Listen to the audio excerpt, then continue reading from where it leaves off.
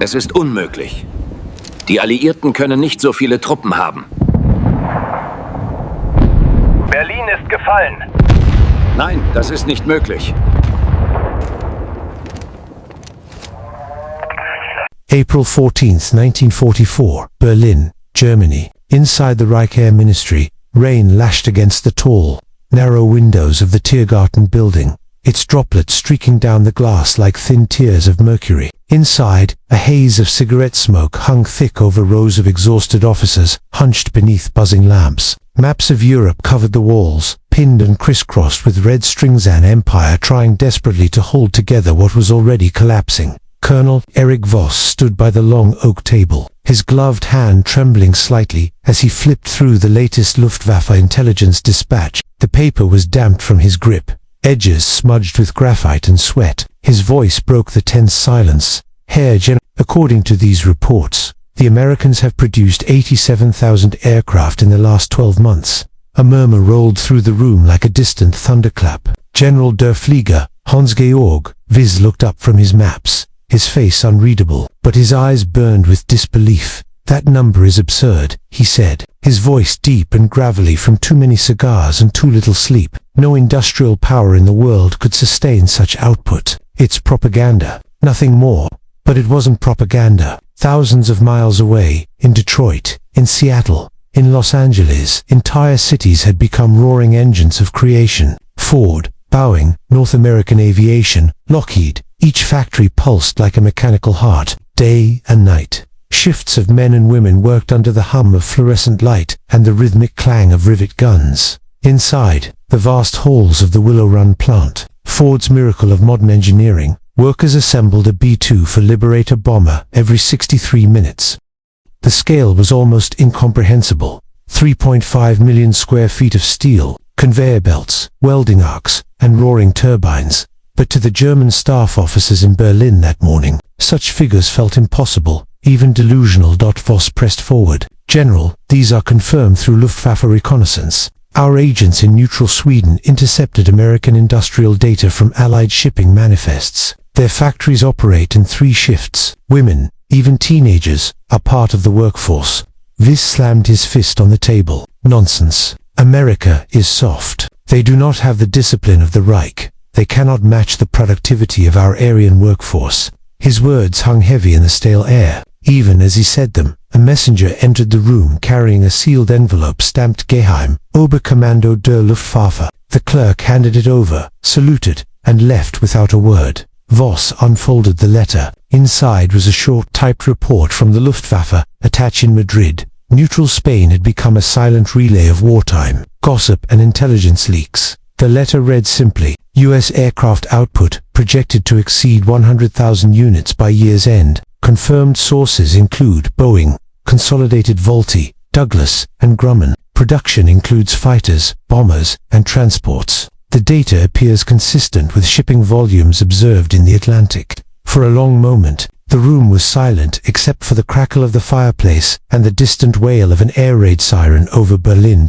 General, Wiss exhaled slowly, his eyes narrowing. If this is true, he muttered, then Germany has already lost the air war. Voss didn't respond. Outside, the windows rattled with the faint rumble of explosions. Allied bombers were once again somewhere over the Ruhr, raining down a storm of iron and fire upon what remained of German industry. Meanwhile, across the Atlantic Willow Run, Michigan. The contrast couldn't have been greater. Sunlight flooded through massive skylights above the Ford assembly plant. Machinery roared in rhythm, hundreds of engines being fitted to gleaming bomber frames. The air smelled of oil, metal, and human determination. A young woman named Clara Jameson, her hair tucked beneath a kerchief, guided a rivet gun with practiced precision. Beside her, a man with suit-covered hands grinned, shouting over the noise, "Clara, that's our 100th wing section today." Clara just nodded, sweat dripping down her forehead. Her hands never stopped moving. Across the hangar, foremen shouted, forklifts screeched, and the rhythmic bang-bang-bang of rivets echoed like artillery fire, not of destruction, but creation. Every single minute, another B-24 inched closer to completion. At the far end of the plant, a gleaming bomber rolled toward daylight. Workers gathered as its engines coughed to life for the first time. Someone cheered, and others joined. their voices echoing through the metal cathedral. The supervisor looked at his clipboard and smiled. "That's number 8763 this year," he said proudly. "And it's only April." Back in Berlin, General Viz stared into the darkness beyond the window. The thunder of Allied bombs in the distance felt closer now, personal. "If the Americans can build 100,000 aircraft," he whispered, "then they can build 100,000 more." Colonel Voss nodded grimly. "And they will, Herr General, they already are." The general's eyes reflected the flickering light of the burning horizon. "Then our Reich," he murmured, "has already been outbuilt before it's been outfought." The sound of sirens rose again, this time closer, sharper. Outside, searchlights pierced the night sky. Somewhere above Berlin, another wave of Allied bombers roared through the clouds, their engines singing the new industrial symphony of war. January 1942, Washington, D.C. Snow blanketed the capital like a white shroud. The war had just come home. Weeks earlier, the smoke of Pearl Harbor still lingered in the minds of every American. Across the Potomac, in the echoing halls of the War Department, the United States was awakening, not as a victim, but as an industrial giant preparing to reshape the world. Inside a large conference room, General Henry Hop Arnold, Chief of the U.S. Army Air Forces, stood before a wall-sized chart covered in numbers, arrows, and factory names. His voice was firm, his eyes blazing with an almost prophetic fire. "Gentlemen," he began, "Germany believes they can outbuild us. They believe America's factories are slow, our workers lazy, our machines inefficient. They're wrong. We will build planes faster than they can shoot them down." Around the long table sat representatives from Ford, Boeing, Douglas, and North American Aviation. Men in dark suits leaned forward, their pens scratching notes on paper as Arnold's words hung in the air. Beside him stood William Knudsen, a former General Motors executive, now serving as Director of War Production. He had the face of a man who lived among machines, lines of grease and fatigue etched deep into his skin. Arnold pointed to the chart. "Again, we're not talking thousands, we're talking hundreds of thousands. Fighters, bombers, transports will turn this nation into one massive assembly line." A murmur rippled through the room. Some looked skeptical. Others were quietly thrilled. The task seemed impossible, even insane. But Knudsen, who had built cars faster than any man alive, understood something the Germans didn't. America's true weapon wasn't just steel, it was scale. March 1942, Willow Run, Michigan. The ground trembled as bulldozers roared across frozen soil. Thousands of laborers worked shoulder to shoulder, erecting what would become the largest single building factory in the world. Ford's Willow Run plant, a project of unprecedented ambition. Reporters at the time joked that it was so big you could lose a small town inside it. Henry Ford's engineers designed the plant like an automobile assembly line on steroids, a quarter-mile long, with a final assembly point that literally rolled bombers out into the daylight. A group of Army inspectors stood in awe as the first conveyor systems were installed. "Mr. Ford," one of them said, "you realize no one has ever built bombers this way before. It's too complex." Ford smiled faintly, adjusting his hat. "No one's ever tried building this many before either." By mid-1942, Willow Run was operational. Tens of thousands of workers streamed through its gates. Men, women, even farmers and mechanics who had never seen a bomber up close. They were trained in weeks, not months. America had learned how to teach at the speed of war. Rows of B-2 for Liberator fuselages stretched down endless assembly lines. The smell of oil and hot steel thickened the air. Each rivet driven, each bolt tightened, each sheet of aluminum polished. It was all part of a single, unstoppable rhythm. One worker, George Ramirez, a welder from Chicago, described it later. "It felt like we were fighting the war right there with our hands. We didn't have rifles or tanks, but we had wrenches, and we made sure those planes flew." Meanwhile, deep inside the Reich Air Ministry, Berlin, the contrast was staggering. Reports from occupied Europe spoke of factories running at half capacity. Bombings had crippled supply chains, coal shortages, strangled production. Even the mighty Messerschmitt and Junkers plants struggled to meet quotas. When news of Willow Run reached German intelligence, disbelief turned to concern. A Luftwaffe officer named Major Dieter Meisner presented his findings to the General Staff. "Our reconnaissance confirms continuous production of heavy bombers in Michigan and California. The Americans are building as if the war will never end." General Viss scoffed. Then let them build. They still have to deliver them across the Atlantic. Let's see how their pilots handle the real sky. But even this couldn't ignore the growing tide. Intercepted communications revealed thousands of aircraft being shipped to Britain every month. Under the Lend-Lease program, Mustangs, Flying Fortresses, and Liberators filling the skies of England like an iron storm. The skies of England like an iron storm. By the end of 1943, American aircraft production exceeded 85,000 units. German analysts recalculated again and again. The numbers refused to make sense. This is not possible, Meisner whispered, staring at the figures. They're building an air force faster than we can destroy one.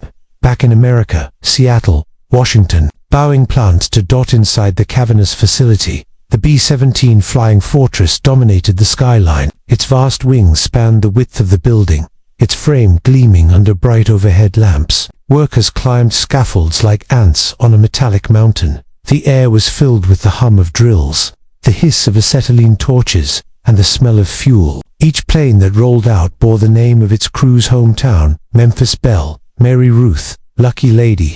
Every one of them meant hope to the men fighting overseas. A foreman shouted, "Make sure she's tight. Boys, those wings carry our sons." And from the far corner, a woman replied, "And our husbands too." They laughed, but their hands never stopped moving. In that laughter lay the quiet defiance of a nation that refused to yield.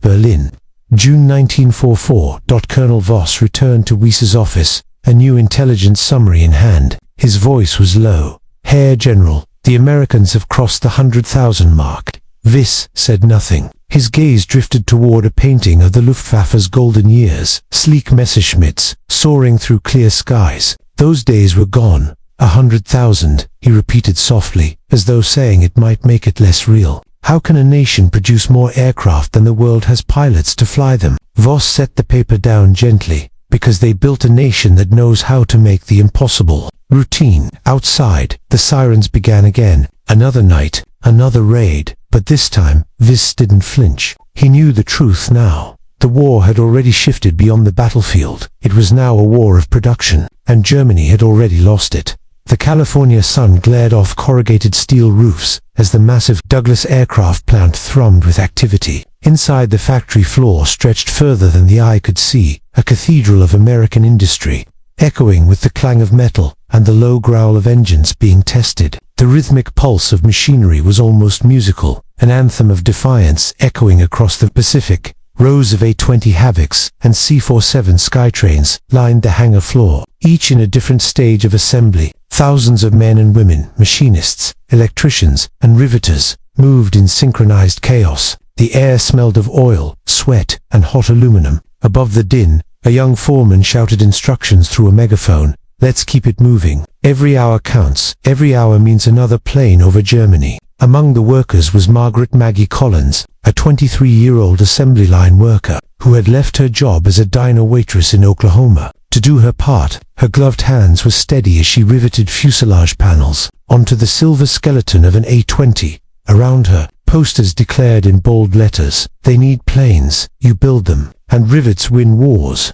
She glanced up as a photographer from Life magazine snapped a picture of her smiling at her workstation. She didn't know it then, but her face and thousands like hers would become symbols of a new American mythology, the worker as warrior. August 1942, Chicago, Illinois. The Pullman Company, once known for luxury train cars, now built components for bombers and tank destroyers. Even the smallest workshops converted bicycle factories, piano makers, and refrigerator plants, all retooled for war. Every screw and bolt, every piston and bearing, it all mattered. One worker remarked, "We didn't just build planes, we built pieces of victory."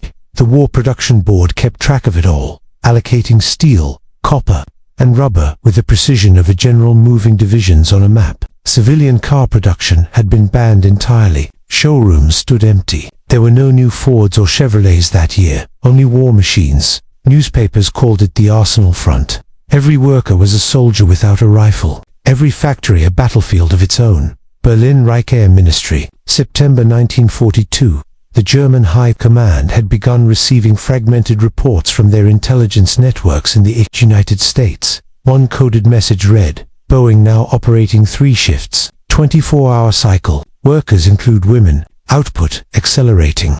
When the report reached General Adolf Galland, one of the Luftwaffe's most respected fighter aces, he chuckled bitterly. Women, building warplanes. He turned to his aide. Then we are already finished. But months later, when Galland was briefed again, this time with aerial reconnaissance photos, showing sprawling airfields crammed with hundreds of newly built aircraft, the laughter stopped. The scale was undeniable. He muttered quietly, almost to himself. How do you bomb a continent that's one giant factory? Detroit, Michigan, October 19 for 2. Inside the Chrysler tank arsenal, another kind of miracle was unfolding. Assembly lines that once built sedans were now producing M for Sherman tanks by the thousands. Forklifts darted between rows of treads and armor plating. Sparks rained from welders like golden confetti. Henry Ford himself toured the factory floor at Willow Run, his eyes scanning the lines of workers, the endless rows of half-built bombers. He turned to his engineers. If we can make a car every minute, he said, we can make a bomber every hour. And they did. By the end of 1943, Ford's plant was producing a complete B-2 for Liberator every 63 minutes. A feat so incredible that foreign journalists called it America's second front. Across the Atlantic, North Africa, 1943, German Field Marshal Erwin Rommel, the Desert Fox, stared into the sky as American bombers streaked overhead. It was supposed to be a minor raid, a mere nuisance. But what appeared in the desert sky that day was a spectacle of sheer industrial dominance. Hundreds of aircraft, flying in tight formations, wave after wave, blotting out the sun. Rommel's adjutant lowered his binoculars in disbelief. They just keep coming. Rommel squinted, his sunburnt face set in stone. Yes, and soon, they will never stop. That night, he wrote in his diary, the Americans possess an industrial power we cannot match. Their machines, their supply lines, they are endless. It is a war of factories now, not soldiers. Meanwhile, back in America. By late 1943, the statistics defied comprehension. Factories were turning out 8,000 aircraft per month. The total number of aircraft produced by the United States had surpassed 100,000. President Franklin D. Roosevelt, in a speech to Congress, declared, the Axis powers said democracy was weak, that a free people could not organize. They were wrong. For every bomb they drop, we will build 1,000 planes to answer it. And he wasn't exaggerating. The newspapers began to call the new industrial effort the miracle of production. But it wasn't magic. It was millions of ordinary men and women working around the clock, welding, riveting, forging, and dreaming of victory. Berlin Intelligence Briefing, January 1944. Colonel Meisner returned with another report. The lights were dim. The faces around the table were tense. Our reconnaissance confirms it, he said. The Americans built 100,000 aircraft in 1943 alone.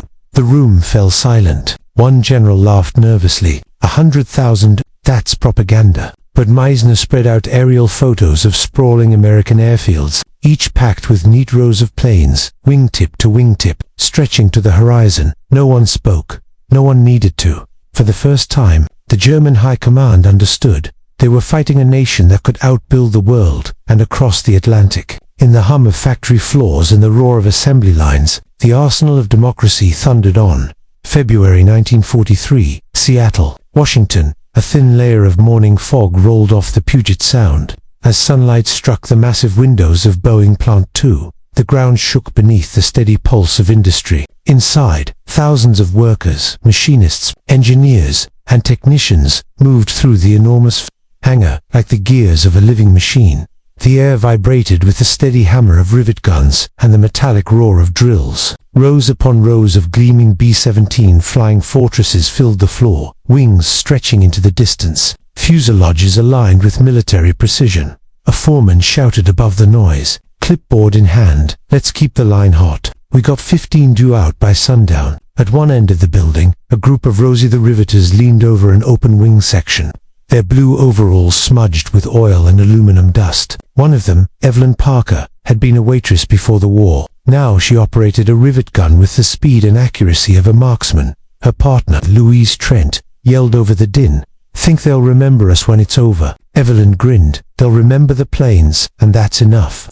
Their laughter was drowned out as a newly completed B-17 was rolled out toward the daylight, its polished surface reflecting the bright northwest sky. Painted on its nose was the name Thunderbell. Workers cheered as it exited the hangar, another symbol of American might taking flight. Meanwhile, deep inside a Luftwaffe bunker near Essen, Germany, Colonel Kurt Dittmer, a military historian and radio commentator for the German army, sat before a spread of intelligence reports. He adjusted his glasses and frowned. Each document spoke of something almost unbelievable. U.S. aircraft production, 1,942, 47,800 units. 1943 projection, 100,000 units. He muttered softly, "It's not possible. Their resources can't support this. Possible. Their resources can't support this." His aide, a young intelligence officer, handed him a translated report from a captured American newspaper. It described new production cities, entire communities built around factories.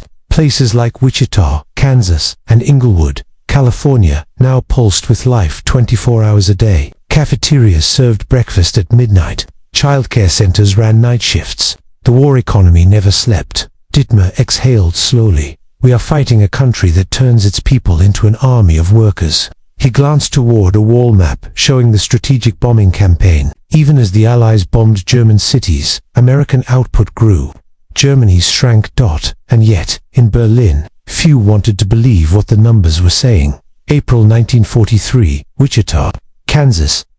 In the heart of the plains, the Beechcraft and Boeing subassembly plants glowed like metal cities under floodlights. Outside, trains unloaded endless supplies of aluminum, rubber, and copper.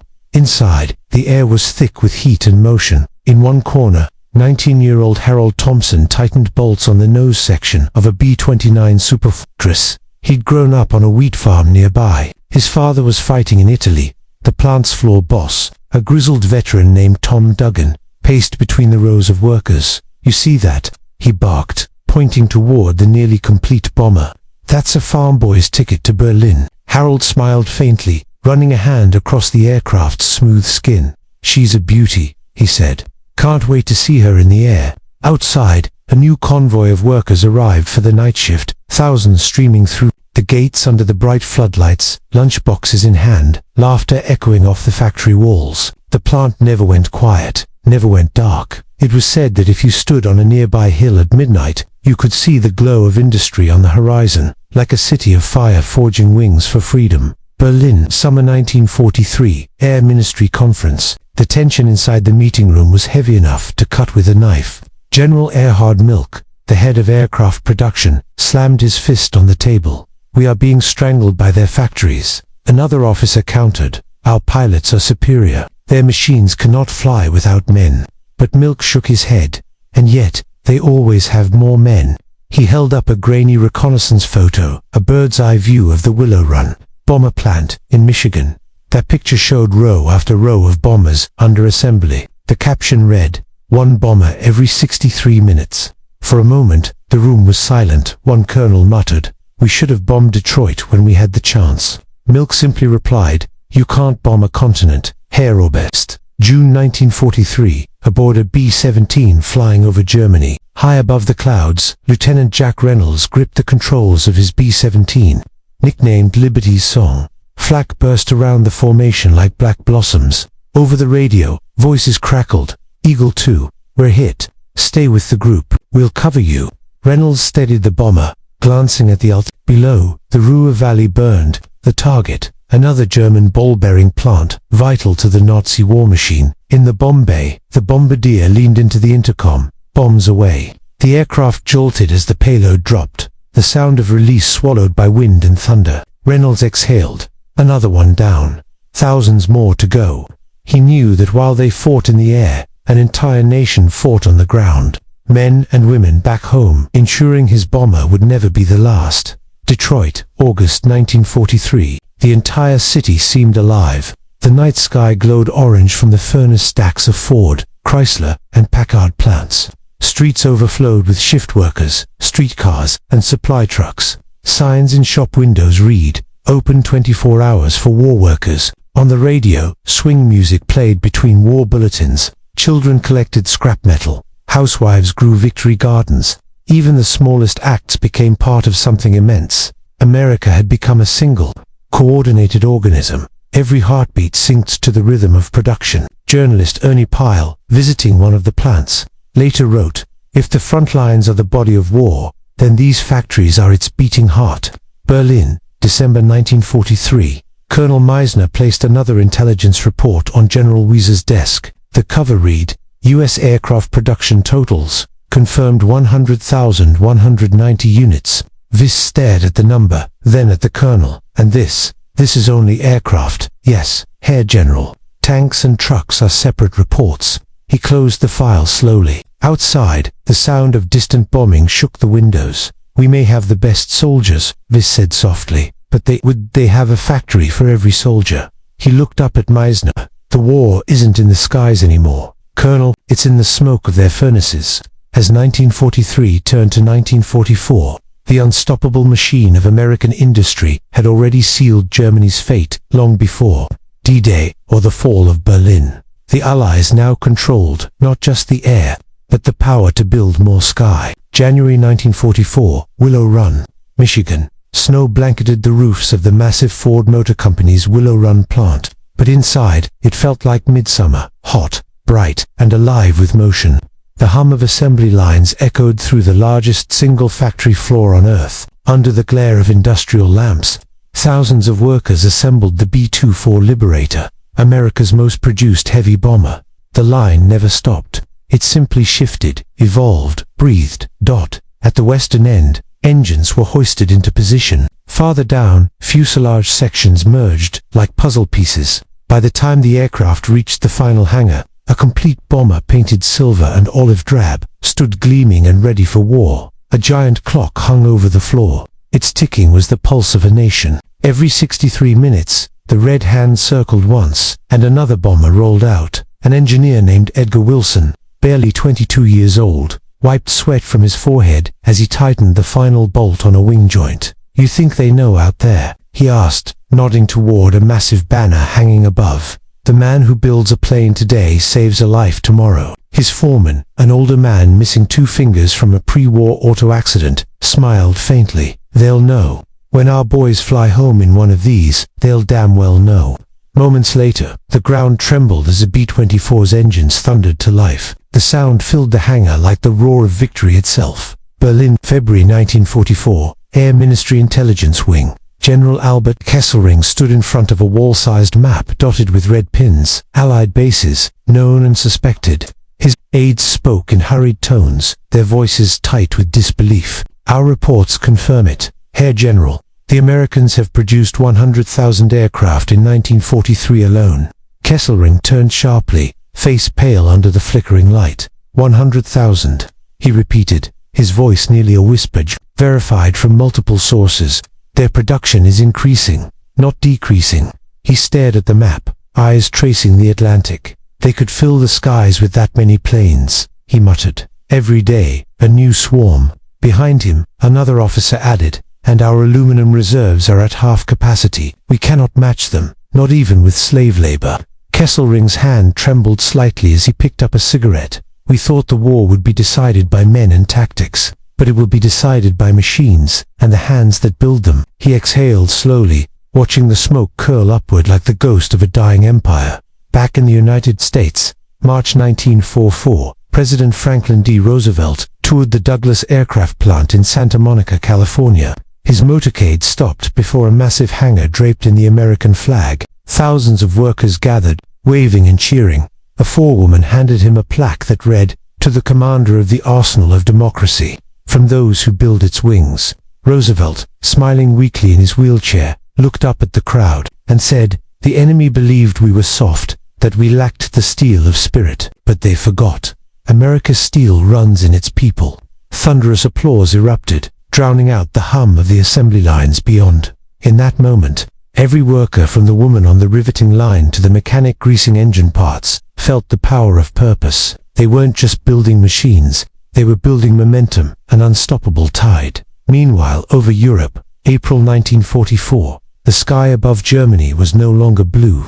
It was metallic, alive, filled with the thunder of engines. Thousands of bombers moved in formation, dark shapes glinting in the sunlight, stretching from horizon to horizon. Inside one of those bombers, the B-17 Memphis Belle II, Sergeant Robert Harris stared out the side window at the vast armada. "God Almighty," he whispered. "We really did it." His co-pilot grinned. "This is what 100,000 planes looks like." They flew through the contrails of dozens of other squadrons, each carrying the same determination.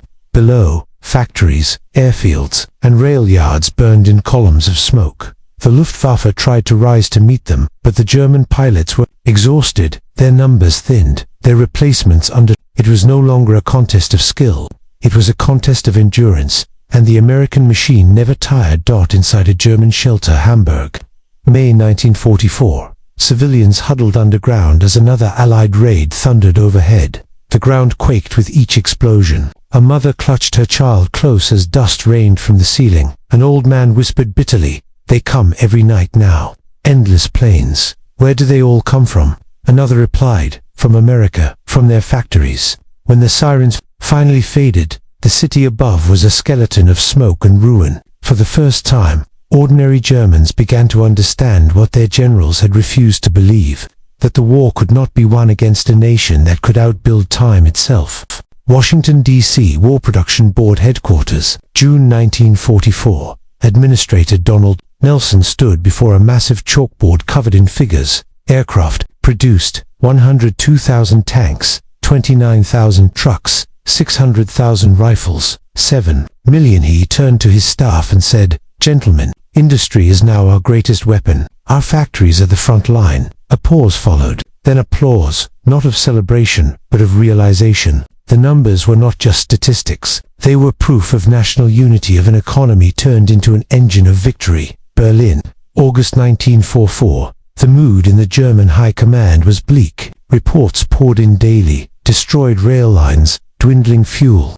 Factories flattened. An officer burst into the room holding a telegram. "Herr General, American bombers have struck the ball-bearing plants at Schweinfurt again." The commander slammed his fist against the table. "How many did they send this time?" "Over 1,000, sir." A heavy silence fell. 1,000. The commander repeated. "And tomorrow, another 1,000. There's no end to them." He looked at the smoke rising outside the window and muttered, "They're building more planes than we can shoot down." June 6, 1944. Normandy, France. As Allied troops stormed the beaches, the air above them swarmed with hundreds of bombers, fighters, and gliders, an unending wave of American and British aircraft. Each plane had a story, a riveter, a machinist, a pilot, all part of a single, unimaginable feat of coordination. From the decks of landing craft, soldiers looked up and shouted, "The whole damn sky's ours." And in that moment, they were right. Every machine, every engine, every bullet fired that day traced its origin to the miracle of American industry, to the sweat, faith, and willpower of millions who had turned factories into fortresses. As the Allies advanced inland and the Axis retreated, the truth finally settled across Europe. The war's outcome had been written not just in strategy or valor, but in the roar of assembly lines half a world away. America had become the arsenal of democracy, and its weapons now filled the horizon. July 1944, Seattle, Washington. Boeing aircraft plant No. To the rain outside drummed steadily on the vast corrugated roof, a soft percussion that could barely be heard over the deafening roar of the machines inside. Beneath a forest of cranes and catwalks, thousands of men and women worked shoulder to shoulder, their hands blackened with grease, their faces shining with determination. Sparks flew in golden arcs as welders joined steel ribs. Rivet guns chattered in rhythm, echoing like machine gun fire across the hangar. The massive skeleton of a B-17 Flying Fortress slowly took shape, its gleaming fuselage stretching across the production line like the spine of a mechanical beast. At Station 14, a woman named Margaret Maggie Sloan, one of the original Rosie the Riveters, tightened her gloves and lined up another row of rivets. "You ever think about where these birds end up?" asked her co-worker, a young man named Frank. Fresh out of high school, Maggie smiled faintly without looking up. "Doesn't matter where, long as they come home again." Above them, a supervisor's voice boomed through a loudspeaker. "B-17 number 12006 is rolling off the line today, folks. Keep up the pace." Applause erupted briefly before the factory rhythm resumed. There was pride here, deep, collective pride, not one of vanity, but of contribution. Everyone knew someone who had gone to fight. Every rivet, every weld, was personal. Meanwhile, Augsburg, Germany, Luftwaffe Command Office. The mood could not have been more different. Colonel Hans Ritter, Luftwaffe Intelligence Division, sat hunched over a stack of intercepted reports. The American aircraft production numbers had been reviewed again and again, dismissed as propaganda. But now, there was no denying it. A courier entered and saluted. Herr Oberst, new aerial reconnaissance from Normandy. Thousands of Allied aircraft covering the beaches. Endless waves. Ritter rubbed his temples. And our replacement rate, less than 50 fighters per week, sir. The colonel stood slowly, eyes hollow. Then it's over. We're fighting a nation that manufactures miracles. Outside, the once proud Messerschmitt plant lay silent, half its roof blown away by American bombs. The irony stung like shrapnel. Their enemy didn't just destroy factories. They replaced them faster than Germany could count the ruins. August 1944, Detroit, Michigan. Ford River Rouge complex. Steel trains arrived hourly, dumping glowing ingots into furnaces. The night sky shimmered orange as molten metal poured into molds. Engineers, foremen, and welders worked in rotating shifts. The plant never slept. The Ford B-24 production line, managed by Charles Sorensen, had perfected mass aircraft assembly as if it were the automobile of the skies. Sorensen's motto was painted on a massive sign at the plant entrance. Build it like we build cars, faster than anyone can imagine. An inspector's notebook recorded an almost unbelievable sight. One bomber completed every hour. Around the clock, workers joked that the smell of the air itself, a mix of oil, sweat, and steel, was the scent of victory. Photographers from Life magazine captured the scene. Women in overalls, faces illuminated by welding arcs, standing beside the enormous skeletons of bombers. The caption would later read, "The Home Front's Front Line, Berlin, October 1944, in the once grand halls of the Reich Air Ministry." A storm of frustration brewed. General Erhard Milch, responsible for aircraft production, shouted across the table, "It is impossible. No nation can produce so many aircraft. These reports are absurd." An aide hesitated before replying, "But, Herr General, our prisoners confirm it. Ford alone produces more aircraft in a week than all of our factories combined." Milch froze, then slumped into his chair. "Then how do you fight a country that manufactures the sky?" The room fell silent, except for the faint ticking of the wall clock. Every second felt heavier than the last, a reminder that while German time ran out, American industry accelerated. Chicago, November 1944. The War Production Board gathered in a cramped, smoke-filled conference room. Charts lined the walls, covered with numbers that seemed almost mythical.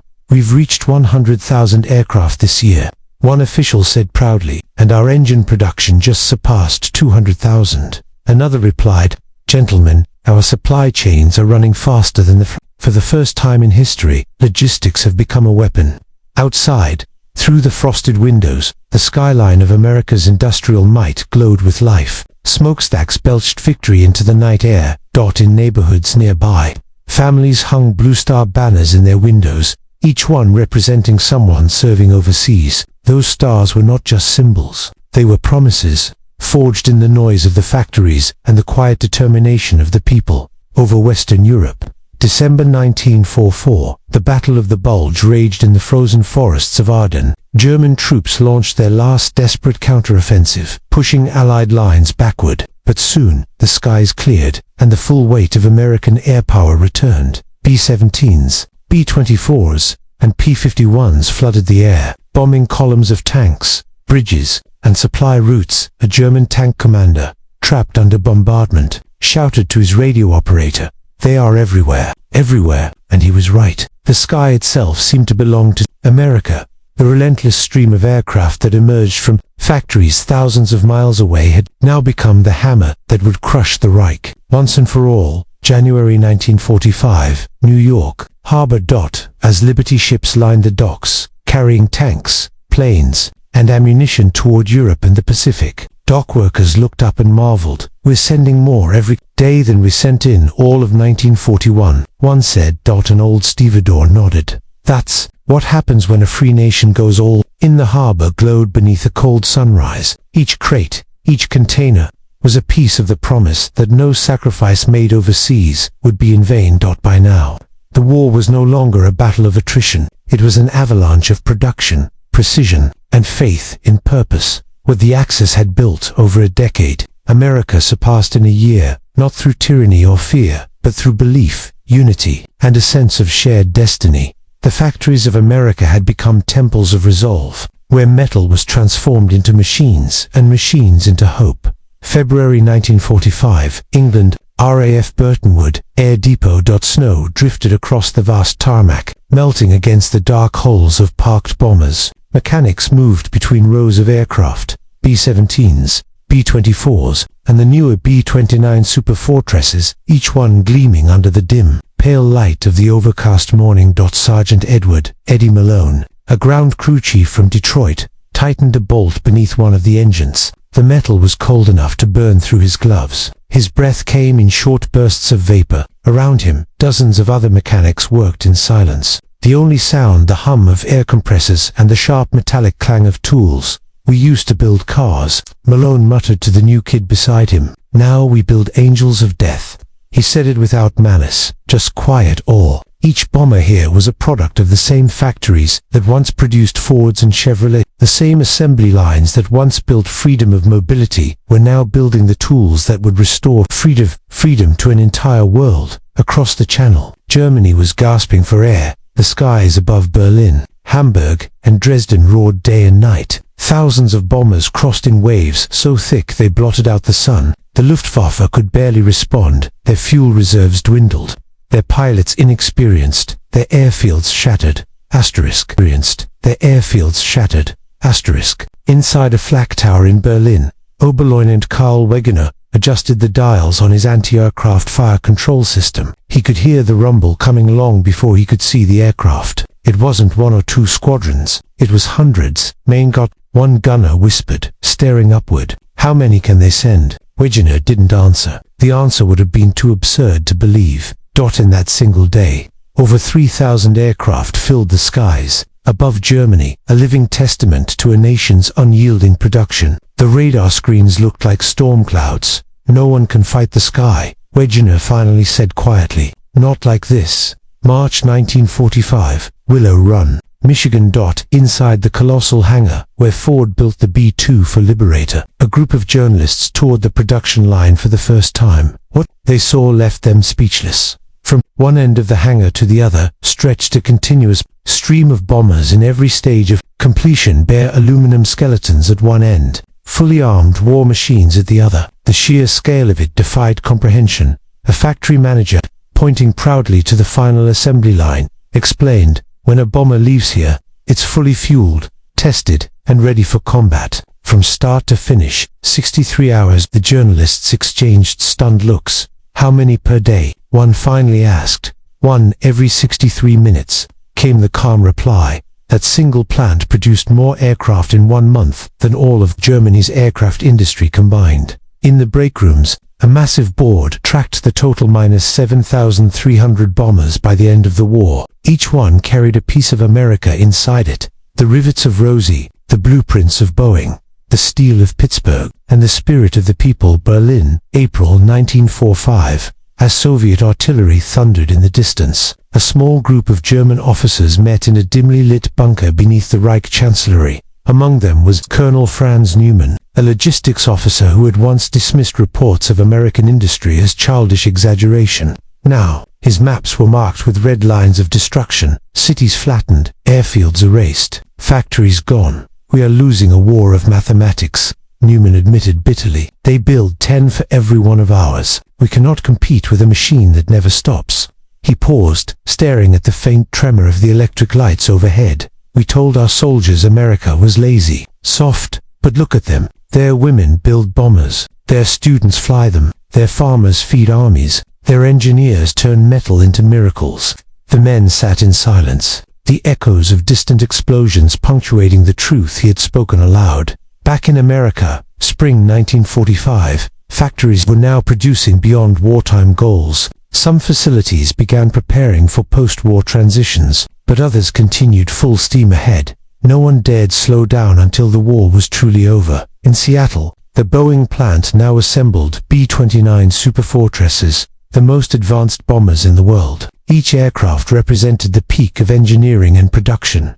pressurized cabins, remote-controlled gun turrets, and a range of 3,000 miles. A young engineer named Harold Jensen stood on the catwalk overlooking the final assembly. Below him, one of the first superfortresses gleamed under bright factory lights. "We're not just making planes anymore," he said to his supervisor. "We're making the future."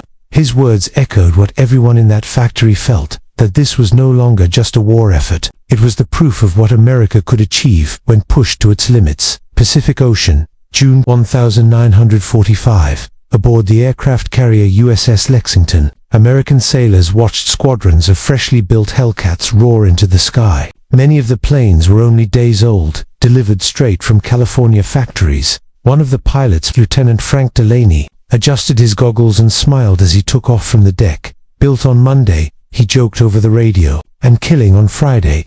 Below deck, mechanics laughed. It wasn't far from the truth. By this stage of the war, American aircraft production was so immense that losses barely dented supply. The Navy could replace an entire air wing in weeks. Factories sent replacements faster than Japan or Germany could shoot them down. This was industrial warfare at its peak, not just fought on battlefields, but forged in assembly lines. Berlin, May 1945. The war in Europe ended. The skies fell silent, and for the first time in 6 years, the sound of bombers faded into memory. General Albert Kesselring, captured and interrogated by Allied forces, admitted in his debrief, "We did not lose to soldiers. We lost 2 factories."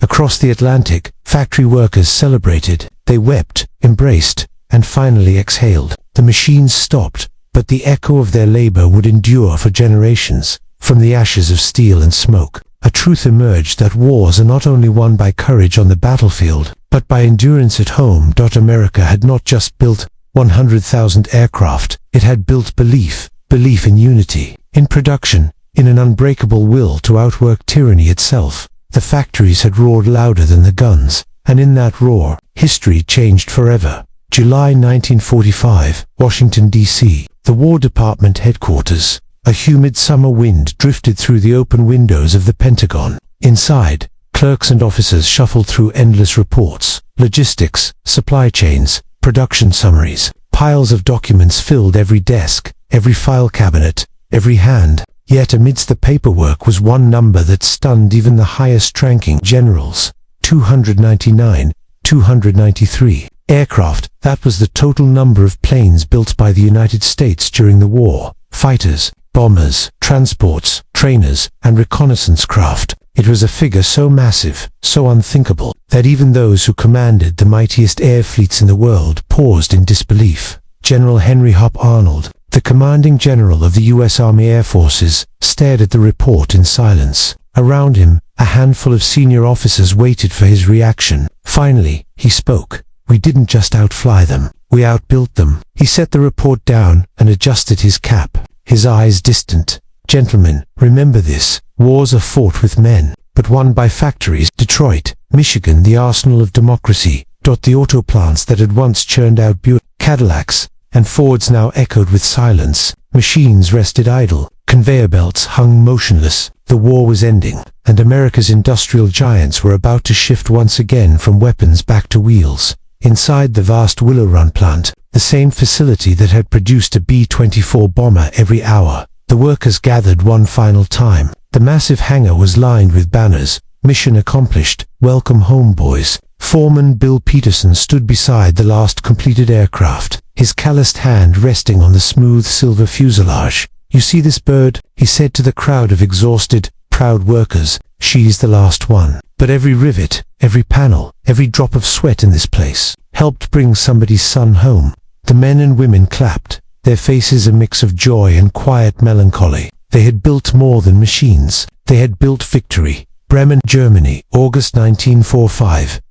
Among the rubble of a shattered Luftwaffe airfield, a small group of captured German officers were escorted by American soldiers. They were being shown something by their captors, not out of cruelty, but education. An American captain handed one of them a copy of Life magazine. On the cover, a photograph of a massive American factory floor, rows of bombers stretching into the distance. The German colonel flipped through the pages, eyes narrowing as he saw image after image of assembly lines, women riveting wings, stacks of completed aircraft waiting for delivery.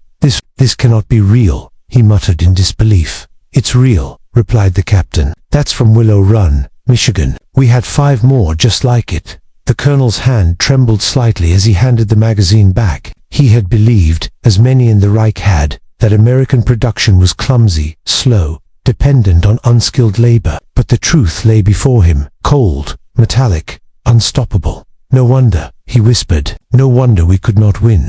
Seattle, Washington, Boeing headquarters. The offices were alive with excitement and exhaustion. Engineers and draftsmen who had spent years designing war machines now gathered around blueprints of a new dream. Commercial aviation. The same designs that had carried bombs to Tokyo would soon carry passengers to New York, London, and Paris. Chief Engineer Clarence Kelly Johnson ran his fingers over the late Lockheed's production chief, Robert Gross, reflected on the transformation. Before the war, we built maybe a dozen planes a week, he said. By 44, we built 50 a day. The miracle wasn't the machines, it was the people. He wasn't exaggerating. Over 2 million men and women worked in aircraft production alone. Many were women who had never set foot in a factory before 1941. They became the riveters, welders, inspectors, and assemblers who fueled the engine of freedom. Berlin's Soviet occupation zone. In the ruins of a former Messerschmitt factory, a Soviet engineer walked through twisted beams and shattered glass. He paused beside a burned-out fuselage, his breath visible in the cold morning air. Behind him, a German prisoner explained the factory's layout, its production lines, its methods. We did what we could, the prisoner said. But they, the Americans, they had no limits. The Soviet engineer nodded slowly. In his hand, he carried a clipboard filled with notes. Soon these observations would travel east to Moscow, part of the knowledge exchange that would shape the Cold War to come. Washington, D.C., November 1945. At a post-war press conference, reporters crowded around a tall, bespectacled officer in dress uniform. It was General Arnold again, now calm and reflective. The Germans believed we could never mobilize, he said. They thought democracy was too slow, too divided, too soft. But they didn't understand what happens when free people decide to defend their freedom together. He paused, letting the cameras flash. We didn't win this war because we had the biggest factories. We won it because every man and woman in those factories believed in what they were building.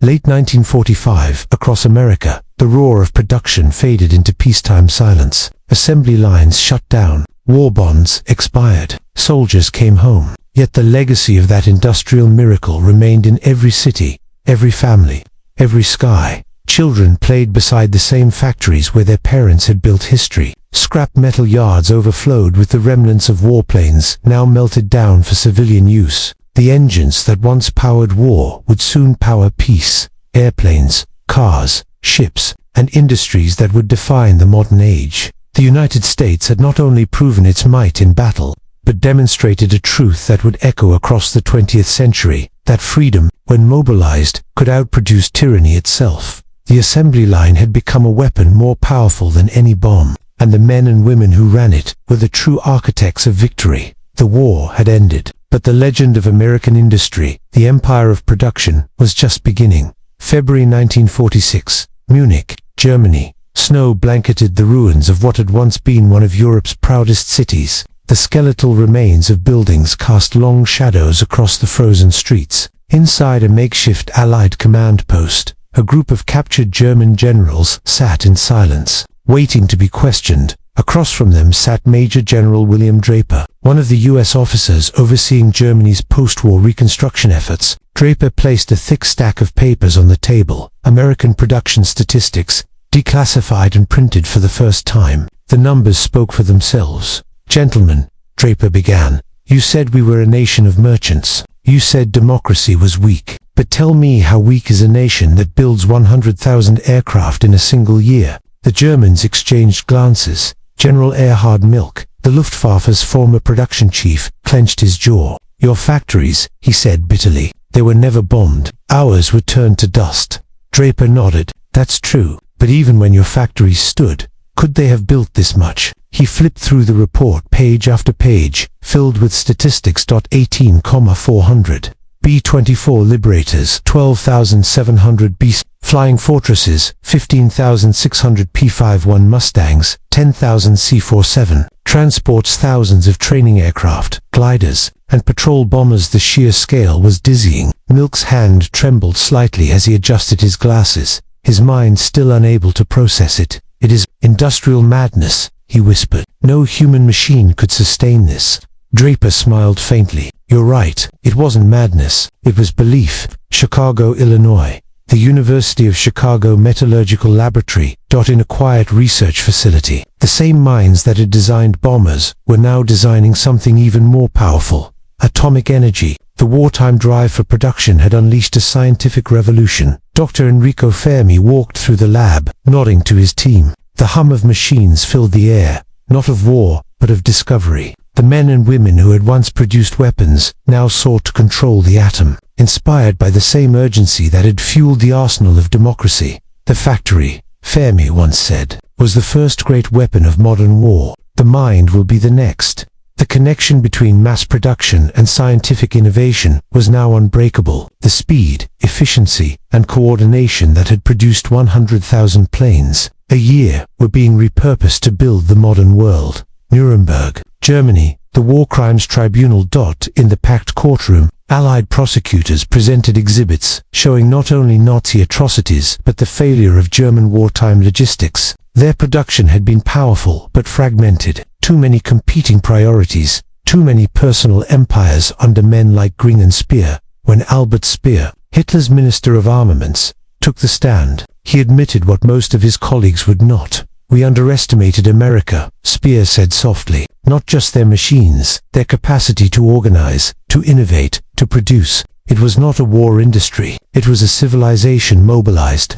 The statement echoed through the courtroom. The Allied press reported it across the world. Even in defeat, the Germans were now forced to recognize the United States not just as a military superpower, but as an industrial civilization without precedent. New York City, May 1946. Crowds gathered in Times Square once again, but this time there were no victory parades, no confetti. Instead, an exhibition titled Wings of Victory opened at the Museum of Modern Art, displaying models of aircraft and photographs from wartime factories. Visitors walked among displays showing women riveting B-17 wings, men operating giant presses, and children collecting scrap metal for the war effort. The centerpiece was a massive mural, a panoramic photo of the Ford Willow Run plant. With hundreds of aircraft stretching into the horizon, an old veteran leaned toward his son. That's where we won the war, he said. Not just in the skies right there, on the ground.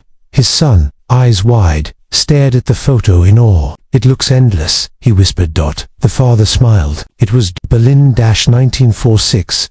In a dimly lit room of the Allied Control Commission. A Soviet colonel studied captured German intelligence files. Among them were reports from 1943 to 44 describing America's aircraft production estimates. One report had been marked with red pencil. These numbers are propaganda. Impossible. The colonel smirked. Impossible, he muttered, reading the word again. Now, standing in a ruined Europe, he realized the irony. The impossible had won the war. He folded the paper and placed it in his coat. To him, it was a warning and an opportunity. The next competition would not be fought in the air, but in factories, research labs, and assembly lines. California Douglas Aircraft Company, 1946. Inside the empty hangars, engineers began sketching plans for peacetime production. Civil aviation was about to explode, and the lessons learned from wartime efficiency would change everything. One of the senior engineers, Jack Northrop, walked across the silent factory floor. He stopped by a stack of unused aluminum sheets and said quietly, "If we can build bombers faster than they can destroy them, then imagine what we can do in peace." Around him, teams began designing aircraft for airlines that didn't even exist yet. The future Pan Am, TWA, and American Airlines. The skies that once roared with war would soon hum with commerce and exploration. Germany, December 1946. At a former Luftwaffe base, now under Allied occupation, a small group of German engineers examined captured American aircraft. They studied the rivet work, the materials, the wiring systems. What shocked them most wasn't the technology, it was the simplicity. Every bolt, every panel, every circuit was designed for speed, efficiency, and repair. There was genius not in complexity, but in standardization. But in standardization, one engineer muttered under his breath, "They built planes like we build cars," and he wasn't wrong. America had turned war into an assembly line, and in doing so, redefined what was possible for modern production. Washington, D.C., the capital. Building Congress convened to review post-war industrial demobilization. Some feared that shutting down wartime production would crash the economy. But others, like Senator Harry Truman, saw the opposite. "We proved," he said, "that when free men and women are united by purpose, there is no limit to what they can produce." That's the lesson of the 100,000 planes, not just victory, but potential. That belief became the foundation for the coming American century. An era defined not only by military might, but by manufacturing dominance, innovation, and unshakable optimism. Munich, late 1946. Back in occupied Germany, a group of former Luftwaffe pilots stood before an American airfield, watching as C-47 transport planes flew overhead. The war was long over, yet the sight of those aircraft still flying, still dominating the skies, was a haunting reminder. One German captain turned to his companion. "You know," he said quietly, "when we first heard the Americans could build 100,000 aircraft, we laughed." His friend nodded, watching the planes disappear into the clouds. "We're not laughing now." Peer into the clouds. "We're not laughing now." America's factories had done more than produce machines. They had produced belief in the strength of freedom, the power of unity, and the limitless potential of human effort when driven by purpose. From the roaring forges of Detroit to the assembly lines of Seattle, from the rivet guns of Rosie the Riveter to the drafting tables of Lockheed engineers, an empire of production had risen and reshaped the world forever. July 4, 1947, Willow Run, Michigan. The air was warm, shimmering with heat waves rising off the endless concrete runway of the old Ford plant, where thousands of bombers had once rolled off the assembly line. The hangars now stood quiet, their steel skeletons echoing faintly with the ghosts of the war. A crowd had gathered at one end of the airfield: workers, veterans, families for a ceremony marking the plant's transformation into a peacetime manufacturing hub. The air was heavy with pride, nostalgia, and a strange melancholy. In the front row stood Helen O'Donnell, once a riveter on the B-24 line, her hands scarred from years of metal and oil. She looked out at the runway and could still hear it. The pounding of the machines, the hiss of welders, the deep, constant rumble of production that had filled these walls during the war. When the mayor stepped up to the podium, his words carried over the wind. "This ground once built the bombers that freed the world, and now it will build the wings that unite it." The crowd erupted in applause. Helen smiled through tears. The arsenal of democracy had not ended with the war. It had merely changed form. Washington, D.C., the Pentagon War Room, 1947. Inside the newly completed Pentagon, maps of the Pacific and Europe had been replaced with new charts, production graphs, industrial forecasts, and economic plans for a changing world. General Henry Hop Arnold, now retired, was invited to brief younger officers on what America's wartime industry had taught them. He spoke slowly, his voice steady, reflective. "We didn't win because we built better planes," Arnold said. "We won because we built more planes, and we built them together. Our factories were classrooms. Our machines were democracy made visible." He paused, then added with quiet gravity, "Never forget, the assembly line was as important as the front line." The officers in the room took notes. Some would go on to plan the next generation of American air power. Others would study the same lesson and apply it to industry, technology, and infrastructure. Arnold's final words hung in the air like prophecy. "The nation that masters production, masters the future." Bremen, Germany, 1948. The city still bore scars of the war, its port filled with rusting hulls and skeletal cranes. Among the rubble, German engineers, many recently released from internment, were rebuilding the shipyards under Allied supervision. One of them, Klaus Ritter, had been a logistics officer in the Luftwaffe. As he watched American cargo ships deliver supplies to rebuild his country, he thought back to the reports he'd once dismissed, the ones claiming America could build 100,000 aircraft in a single year. He had called those numbers impossible. Now, standing before the evidence of Allied reconstruction, he whispered to himself, "Impossible. For us, not for them." He saw the paradox clearly. America's war industry, born in destruction, had become the engine of recovery. Even its former enemies now relied on the same industrial might they once mocked. Los Angeles, California-1950. The aerospace industry had exploded. Boeing, Lockheed, North American, and Douglas had turned wartime momentum into peacetime innovation. The same men who had built fighters were now designing commercial jets. Inside a hangar at Lockheed's Burbank facility, a young engineer traced the curve of a new wing design, thinner, faster, and more efficient than anything built before. His supervisor walked by and said, half joking, "You know, if we'd had this in '44, the war would have ended 6 months earlier." The young man looked up, smiling maybe, "But then we wouldn't have learned how to build it." That was America's new spirit, not just to fight wars, but to innovate from them. The lessons of 1944 had laid the groundwork for the jet age, the space race, and a new era of global industry. Berlin, 1951. In the Soviet sector, a captured American B-29 bomber sat in pieces, being reverse-engineered by engineers under Stalin's orders. They studied every rivet, every circuit, every fuel line, trying to replicate what America had already perfected: mass production reliability across the world. Nations were racing not just for weapons, but for production models, efficiency systems, and logistics. The arsenal of democracy had redefined what power meant. It was no longer only about how many soldiers one could field, but how quickly one could rebuild, and how efficiently one could adapt. Detroit, Michigan, -1952. The post-war automobile boom was in full swing. Former war plants now produced cars by the thousands each week. Men who had once built B-17s were building Buick. Women who had once inspected bomber fuselages were now supervising chrome assembly lines.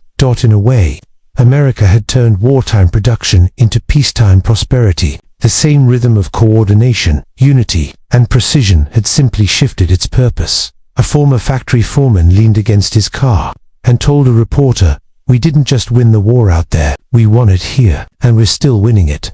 Paris, France-1953. At a European Economic Summit, French economist Jean Monnet addressed delegates about rebuilding Europe under the Marshall Plan. He pointed to charts showing US productivity. "You see here," Monnet said, "the power that liberated us is the same that now sustains us. America's factories are the modern cathedrals, built not of stone, but of steel and purpose." The room fell silent. It wasn't just rhetoric. By 1953, US production still accounted for nearly half of the world's total manufacturing output. The arsenal of democracy had become the workshop of the planet. Pearl Harbor, Hawaii, -1955. The USS Enterprise lay scrapped and silent in the harbor, but not forgotten. Nearby, a newly commissioned aircraft carrier bore her name, USS Enterprise CVN-65. As sailors walked her deck, they looked toward the horizon, toward the same Pacific waters where once thousands of American bombers had flown, built in those legendary factories. The war was over, but its echoes were eternal. Those 100,000 aircraft had done more than fight battles. They had proven what a united people could achieve when their survival and their ideals depended on it. Washington, D.C., July 4, 1956. The National Mall was alive with music and fireworks. In a small museum near the Smithsonian, an exhibit opened, titled "Arsenal of Democracy: The Machines That Won the War." Visitors moved slowly through the halls, gazing at relics, a B-17 nose section, a Rosie the Riveter uniform, photographs of Willow Run, and Seattle's Boeing plant. One plaque bore a simple quote from President Roosevelt, engraved in brass: "We must be the great arsenal of democracy. For us, this is an emergency as serious as war itself." Below it, another inscription added, decades later, read, "And we were." The story of the 100,000 aircraft isn't just about machines. It's about what happens when an entire nation believes in something bigger than itself. When workers, engineers, soldiers, and families move as one, the factories that once roared with engines now hum with progress. The assembly lines that built destruction now build dreams. From Detroit to Seattle, from Willow Run to Boeing Field, America's wartime miracle became the world's foundation for peace, power, and progress. If this story moved you, if you felt the hum of those engines and the heartbeat of a nation that refused to surrender, then tell us below, which hidden story of World War II should we uncover next? Your voice guides our mission to bring history back to life, one forgotten truth at a time. Subscribe, share your thoughts, and let us know which untold story deserves to rise from the ashes next.